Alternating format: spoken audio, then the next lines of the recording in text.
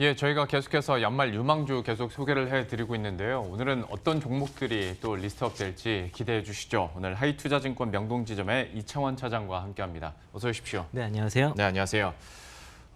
유망주 듣기 전에 시장에 대해서 간단하게, 네. 특히 수급에 대해서 좀 질문을 드리자면 이제 MSCI 리밸런싱이 마무리되지 않습니까? 네.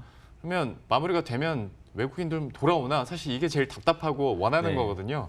어떻게 전망하십니까? 거기에 대해서 뭐 MSCI 리밸런싱 끝나고 나서 외국인들 돌아온다라고 자신있게 얘기하시는 분들이 사실 없습니다. 뭐 쉽지 않은 예측이고요. 오늘 내일까지는 아마 이런 그 MSCI 리밸런싱에 의한 그 수급 변동성 계속 유지가 될 것으로 지금 일단 보고 있고, 지난주 내내 이제 계속 그 영향을 좀 받은 모습이었는데, 지난주에는 이제 그 미중 무역 협상의 어떤 불확실성이라든가 아니면 그 지소미아 연장 불확실성, 미국의 이제 방위비 압박이라 이런 지정학적 리스크가 좀 발생을 하면서 예. 좀 더 수급이 더 이제 외국인 수급이 더 매도가 더 많이 나온 모습이었는데, 일단 지소미아 문제는 좀 일단락된 상태고 뒤에 MSCI 리밸런싱 문제는 남아 있지만은 오늘도 지금 영향을 좀 분명히 주고 있습니다. 다만 이제 그런 그 영향은 좀 점차 줄어들고 있고, 애초에 그 중국 A주 편입 비중이 3.3%로 예상을 했었는데 네. 4.1%로 더 크게 이제 예상보다 더 많이 편입이 되면서 좀 더 물량이 더 많이 나왔지만은 이제 내일 정도까지는 좀 마무리 국면되지 않을까라고 보고 있고, 환율 안정세에 있는 측면을 봤을 때는 다시 또 수급이 들어올 가능성이 상당히 더 있다, 그렇게 전망하고 있습니다. 예, 좀 수급이 돌아와 주기를, 또 혹자에서는 12월 중순까지는 좀 힘들 거다라고 전망을 하는 사람들도 있는데 수급 상황은 면밀히 계속 좀 지켜봐야 되겠습니다. 해외 뉴스도 한번 점검을 해보도록 하고요.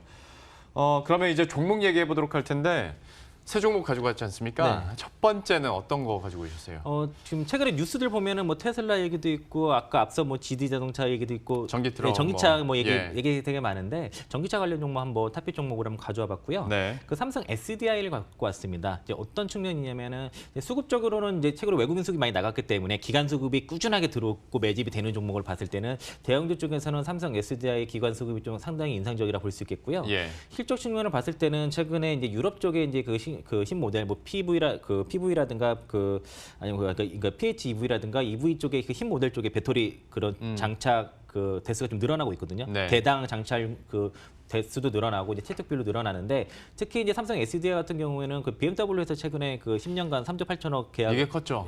했는데 예. 뉴스 나왔음에도 불구하고 아직 많이 그 주가가 오르지 못한 네. 모습인데, 이거는 수급 문제가 분명히 있을 거라고 생각이 들고요.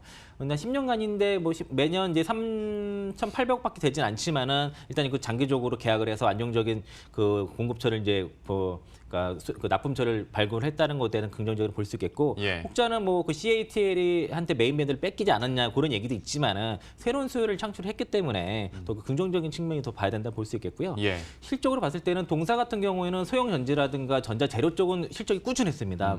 그 분기별로 1,000억 이상의 영업이익을 꾸준히 발생했는데, 문제는 중대형 전지거든요. 네. 그런데 이제 그런 그 전기차 채택비를 올라감으로써 중대형 전지 쪽에 이제 흑자 전환이 좀 보이기 시작했습니다. 4분기 잘하면 매출액의 4분기 쪽에 1조가 달성을 하면서 4분기 흑자 전환이 가능하지 않겠냐 보고 있는데, 그 4분기 실적 같은 경우에는 시장에서는 영업이 한 600억대 좀 보고 있거든요. 그런데 이제 그 최근에 ESS 화재 문제에 인해서 네. 여기에 그 소화 관련 장치 설비비가 한 1,800억 정도 충당금으로 들어갈 예정입니다. 네. 이제 4분기에 반영할 예정이라서 영업이익은 다소 좀 부진하겠지만은 중대형 전기 쪽에 흑자 전환 가능성이 있고, 연간으로도 지금 내년에 그 영업이 1조 보거든요. 이 중대형 정도 성장을 기대를 하면서 네. 올해 500억 정도, 5천억 정도 예상이 됐었고 작년에 7천억대였지만은, 그래서 내년에 1조 영업이 달성했을 때는 중대형 전기 쪽에 그 성장세가 기대했을 때는 상당히 실적주로도 기대할 수 있다. 내후년도로는 1조 2천억 영업이 보기 때문에 지금 그 계속 뭐 박스권 몇 년간 박스권 흐름이자면은 예. 추후에는 충분히 실적으로서 박스권 상당 돌파도 가능성이 있다라는 측면에서 가져왔고요. 근데 이런 수요가 늘면은 당연히 공급도 그만큼 받쳐줘야 되는데, 헝가리 공장 쪽의 증설도 좀 잘 되고 있고, 네. 가동률이라든가 수율도 지금 양호하게 나오는 상황이기 때문에 충분히 좀 기대해 볼 수 있다 말씀드리겠습니다. 연말뿐만 아니라 내년까지도 실적 기대감으로 삼성 SDI 얘기를 해주셨고, 또 최근에 또 뉴스도 있었으니 긍정적일 수가 있을 텐데, 그러면 가격 전략을 좀 어떻게 보고 계신지 궁금합니다. 그러니까 이런 긍정적인 뉴스들이 있음에도 어떤 수급적인 문제 때문에 확 튀어간 모습은 아닌데 그래도 좀 중장기적으로 봤을 때 가격 전략 어떻게 보십니까? 예, 지금 뭐 21선 타고는 꾸준히 우상향 중에 있고요. 최근에 24만 돌파 나왔다가 지금 시장이 밀리면서 좀 물렸기 때문에 네. 지금 현재가 괜찮다고 보는데 가격은 24만 8천 원 기준으로 해서 24만 8천 원 이하권에서 모아 가시길 바라겠고요. 예. 현재 가격도 나쁘지는 않지만은 뭐 그냥 500원 차이니까 뭐 지금 가격도 문제 없는데 네. 매수가는 28만 8천 원 제시해드리겠고요.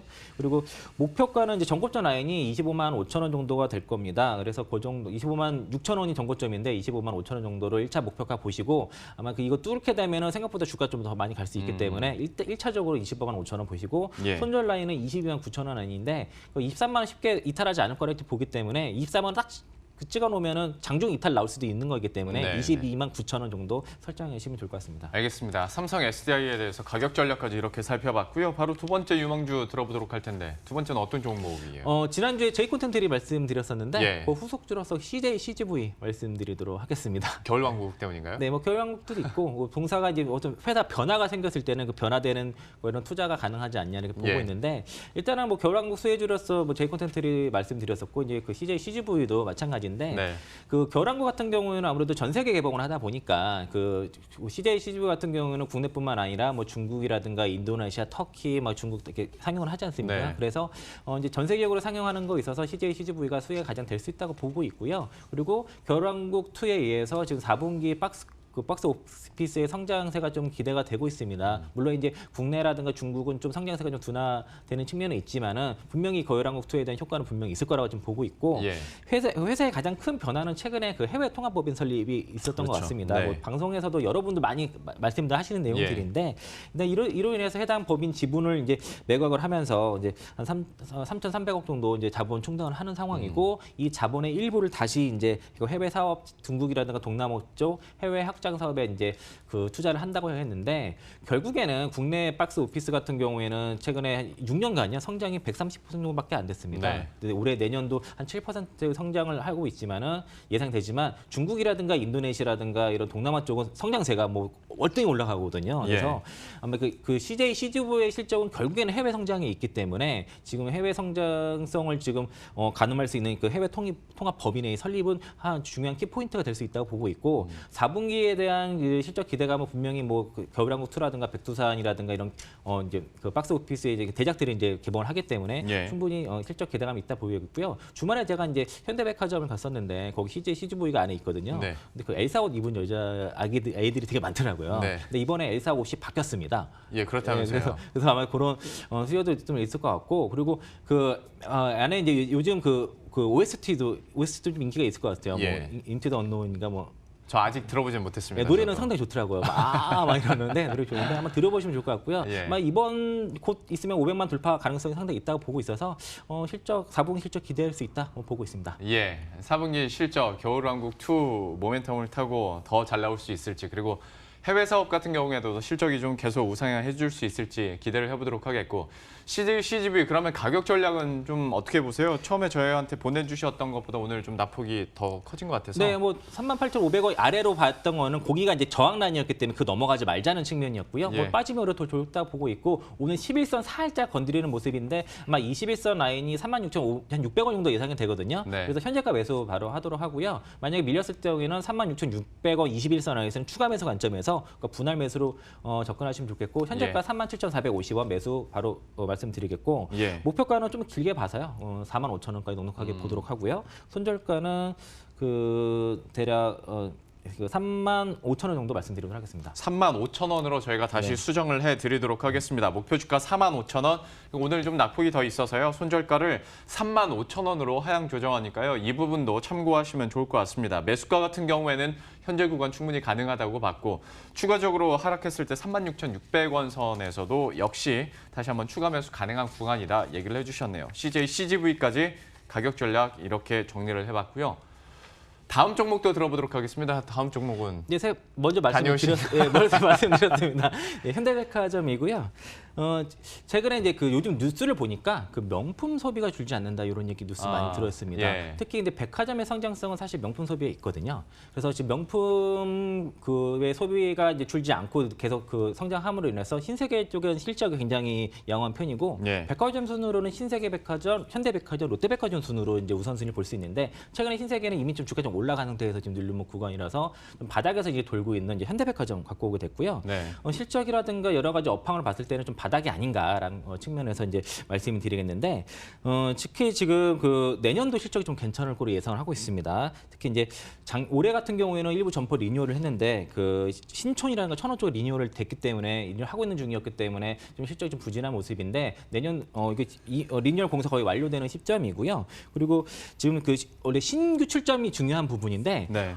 지금 대전 아울렛이 내년 6월달에 나오고 요즘 그 부동산 사이트에서 가장 많이 얘기 나왔던 게 이제 남양주 다산 프리미엄 아울렛이거든요. 네. 12월달에 이제 오픈이 됩니다. 이거 굉장히 소개 많이 되는 부분인데 이 부분도 중요하고 여의도에 계시니까 알겠지만은 내후년에 이제 파크원 네. 네, 개장이 되죠. 그리고 동탄 아울렛도 개장했을 때는 보기 드물게 지금 신규 출점에 대한 이벤트들이 기다리고 있다라고 말씀드리겠고 실적 그 추정치를 보니까 내년에 영업이익 추정이 한 3,360억 정도 예상이 됩니다. 올해 한 3,000억 정도 예상이 되는데 그리고 내년 그리고 영업이익도 2,460억 정도 예상이 되고요. 근데 좀 주목한 거는 영업이익률인데 영업이익률이 내년 기준으로 한 14% 정도 되거든요. 현대백화점이. 근데 신세계 같은 경우에는 영업이익률이 한 7% 정도로 예상을 하고 있고요. 그리고 지배주주 순이익도 현대백화점이 10%가 나오는데 신세계 같은 경우에는 한 8% 정도 예상이 되고 있는 상황입니다. 그 롯데쇼핑도 2%에 불과하기 때문에 영업이익과 그 지배주주 순이익이 월등히 잘 나오는 그런 측면에 봤을 때는 현대백화점이 좀 저가 매력이 있다 볼 수 있겠고 PR도 내년 실적 기준으로 7배 수준, 7배에서 8배가 아직 안 되는 한 7.4배 정도로 보여지고요. 그 내년 실적 기준으로 신세계가 현재 그 주가 그 PR이 9.8배, 10배 약간 안 되거든요. 그러니까 상대적으로 좀 저렴한 구간에 있다 말씀드리겠고요. 특히 이제 가장 이제 실적에 문제가 됐던 거는 인건비 상승이나 감가상각비인데 네. 내년도에 이 부분이 많이 완화되는 측면에 있고 지금 현대백화점은 한 두세 곳 빼고는 적자 나는 점포가 거의 없습니다. 그래서 지금 특히 이제 김포라든가 송도 쪽에 프리미엄 아울렛 같은 경우는 상당히 성장세가 가파르게 올라가고 있기 때문에 올해 실적 바닥이 아닌가 이런 그런 측면에 있어서 뭐 결론적으로 말씀드리자면 인건비라든가 감가상각비는 줄어들고 실적 상장이 되면서 신규 출점 기대감도 있는 현대백화점 지금은 저점이다 말씀드리겠습니다. 예, 현대백화점 세 번째 종목으로 얘기를 해주셨고 투자 포인트 설명 들어봤는데요. 그러면 가격 전략 좀 어떻게 보고 계세요? 네, 제 주말에 준비를 했는데 이틀 동안 올랐습니다. 네. 그래서 오늘 좀 눌림이 있지만 좀 더 눌려야 될 것 같습니다. 그래서 지금 이격이 조금 있기 때문에 81,000원 정도를 81,000원 이하권에서 좀 매수 의견 드리겠고요. 지금 네. 좀 더 기다리셨다 매수 말씀드리겠고요. 예. 목표가는 이제 9만 원 정도 설정을 해드리고 그리고 손절가는 75,000원 말씀드리겠습니다. 예. 현대백화점 같은 경우에는 매수가가 현재 구간이 아니라 조금 더 눌림을 받았을 때 81,000원 이하에서 사자 얘기를 해주셨고 목표 주가 9만 원과 손절가 75,000원 이렇게 가격 전략 정리해 드리도록 하겠습니다. 시간이 좀 여유가 있어서 제가 추가적으로 드리고 싶은 질문이 지난주부터 이번 주까지 전체적으로 보면 CJ, CGV까지 좀 더 넓게 봤을 때는 이제 콘텐츠 관련해서도 모멘텀 얘기를 해주셨고 소비나 머리치 그리고 IT 부품주 쪽으로 소개를 해주셨는데 혹시 이외 다른 업종도 좀 관심 있게 보고 계신 업종군이 있습니까? 저는 지금 그 전기차 업종군들을 일단 사실 많이 주로 보고 있고 그리고 예. 콘텐츠라든가 엔터 쪽은 지금 많이 빠졌던 종목들 위주로 좀 많이 보고 있는 상황이고요. 그래서 뭐 제이콘텐트리 지난주 사례 그 리뷰를 좀 다시 해보면 네. NIT 프라임 리츠 그 청약 경쟁률 711대 1 나왔지 않습니까? 네네네. 그 일반 그거 어떻게 됐습니까? 저 2억을 넣었는데 예. 67만 원 받았습니다. 그래서 아, 청약률이 너무 높다 엄청 보니까 셌나 보네요. 네, 그래서 다음 주 11월 5일 날 상장이 되는데 아마 그 좀 그때 5% 이상 시초가가 상승하지 않으면 좀 매수해 볼 만하다라는 의견 계속 말씀드리겠고요. 예. 그리고 제이콘텐트리 최근에 41,000원대 그 저항 맞고서 좀 밀린 모습인데 저 단기적으로는 41,000원에서는 좀 일부 차이 의견을 좀 드렸는데 지금은 그 좀 다시 눌렸다가 지금 다시 반등하는 모습에 있거든요. 예. 그래서 계속 목표가까지 홀딩 의견 드리도록 하고요. 또 지금 하나 또 드렸던 게 SK텔레콤인데 네. 지금 꾸준하게 지금 뭐 오르진 않았지만은 빠지지도 않았습니다. 예. 매수가보다는 지금 올라 있는 상태고 꾸준히 배당 매력이 있기 때문에 배당 매력까지도 보면서 계속 말씀드리겠고요. 245,000원 뭐 그 이하권에서 계속 그 매수 의견 그대로 유지했고 아직 지금 매수가에서 크게 변동은 없지만은 그 연말까지 그 배당 투자 가능하다고 말씀드리겠고요. 내년에 실적 점프업이 될 가능성이 상당히 있기 때문에 어느 정도 그 중장기 투자도 유망하다 계속 의견 드리도록 하겠습니다. 제가 너무 훅 얘기해서 어떤 종목이었나 좀 모르셨을 분도 계실 텐데 그 리츠 관련해서는 NH 프라임 리츠입니다. 기관 경쟁률도 굉장히 셌는데 일반 공모에서도 굉장히 좋은 성적표를 내고 앞으로 또 상장했을 때 흐름도 지켜보도록 하겠고 일주일 사이에 저도 많은 전문가들한테 통신주, 뭐 LG U+나 SK텔레콤 얘기 참 많이 들었는데 이 종목군들에 대해서도 한번 기대 계속 가져보도록 하겠습니다. 지금까지 하이투자증권 명동지점의 이창원 차장과 함께했습니다. 고맙습니다. 네, 고맙습니다.